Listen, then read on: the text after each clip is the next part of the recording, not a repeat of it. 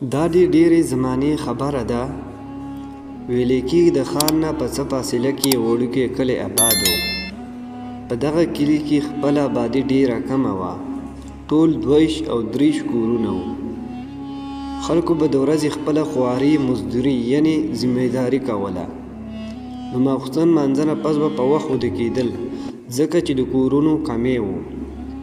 د نورو نه سوا په دغه کلي کې یو ګوډ او یو ړوند هم اوسېدل. دواړو خپلو کې ښه دوستان و، اکثر به یو ځای ګرځېدل.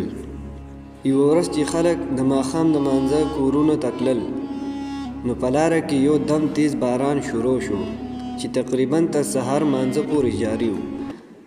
خلک حیران او پریشان و.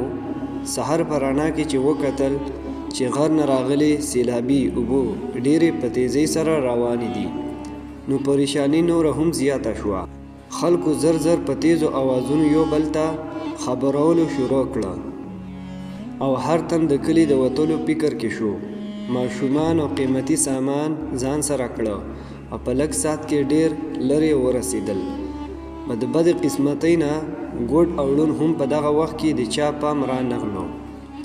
بل طرفه چې د هغې د خلکو شور او اوازونه اورېدل. ګوډ او ملګري اول خلکو ته غږ هم ورکړو چې زموږ امداد وکړئ، خو چا جواب ور نه کړو. نو په خپلو کې د یو بل سره مرستې کولو فیصله وکړه.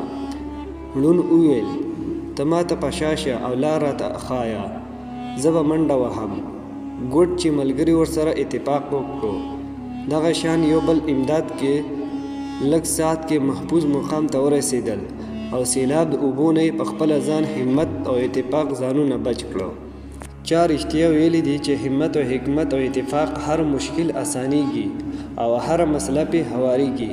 ولې چې د الله تعالی د هغه خلکو مرسته کوي څوک چې خپله مرسته په خپله کولو تیار شي. خوږو ملګرو، نو قسم خوښه شوي ضرور کمنټس وکړئ، ویډیو لایک کړئ او نورو ویډیوګانو دپاره زموږ چینل سبسکرایب کړئ.